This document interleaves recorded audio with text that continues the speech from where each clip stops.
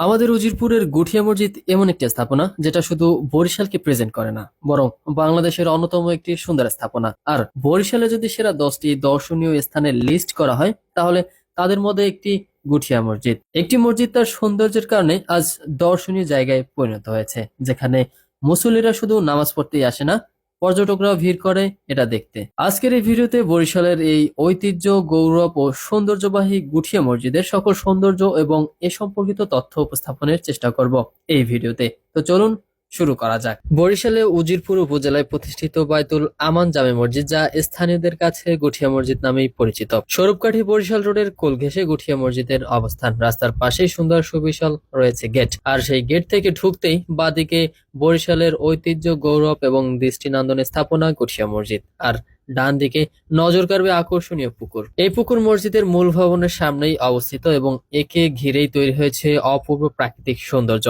চারপাশে রয়েছে ঘাসে মোড়া ঢালু পার, নানান ধরনের ফুল গাছ এবং সিমেন্টে বাঁধানো ঘাট। পুকুরের এক পাশ থেকে মসজিদের পূর্ণ প্রতিবিম্ব দেখা যায়। বিশেষ করে ভোরে ও সূর্যাস্তের সময় এটার মিনার ও গম্বুজের প্রতিফলন দেখা যায়। চারপাশে গাছ এবং খোলা মাঠ থাকার কারণে এটি প্রকৃতির সঙ্গে দারুণভাবে মিশে গেছে।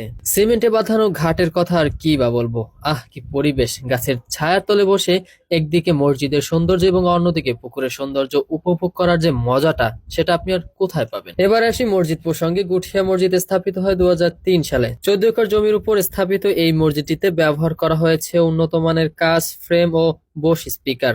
এটি নির্মাণে ব্যয় হয় 20 কোটি টাকা। চাঙ্গুরিয়া গ্রামের ব্যবসায়ী এসএফ সরফুদ্দিন আহমেদ সান্টুর এটি নির্মাণ ব্যয় বহন করেন। মসজিদটির সীমানার মধ্যে রয়েছে ঈদগাহ ময়দান, দিঘি, এতিমখানা, ডাকবাংলো, গাড়ি ও পার্কিং করার ব্যবস্থা, লেক এবং পুকুর সহ মহিলাদের নামাজের ব্যবস্থা। বিভিন্ন প্রজাতির ফুলের বাগান রয়েছে এবং একটি হেলিপ্যাডও রয়েছে। এই মসজিদের দিকে তাকালে প্রথমে যে বিষয়টি সবার নজর কাড়বে সেটি হচ্ছে এই মসজিদের মিনার, আর এই মিনারটির উচ্চতা হচ্ছে 193 ফুট। আপনি যদি এই বিষয়টা একটু লক্ষ্য করেন তাহলে বুঝতে পারবেন তাদের রুচি কতটা সুন্দর। এই যে সুন্দরতম ওয়ালটি দেখতে পাচ্ছেন, এর পিছনে এক পাশে রয়েছে নারীদের টয়লেট এবং অন্য পাশে রয়েছে পুরুষের টয়লেট।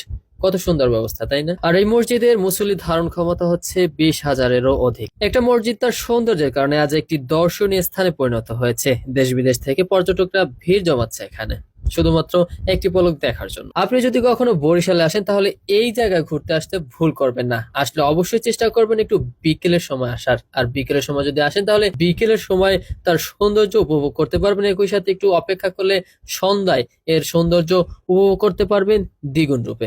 দর্শক, এই ছিল বরিশালের অন্যতম একটি দর্শনীয় স্থান গুঠিয়া মসজিদ সম্পর্কিত তথ্য। দর্শক, ভিডিওটি যদি ভালো লেগে থাকে লাইক, কমেন্ট, শেয়ার করতে ভুলবেন না। আর এরকম ভিডিও পেতে গো উইথ শেফ ফেসবুক পেজটি ফলো দিয়ে সাথেই থাকুন। ধন্যবাদ। আল্লাহ হাফেজ।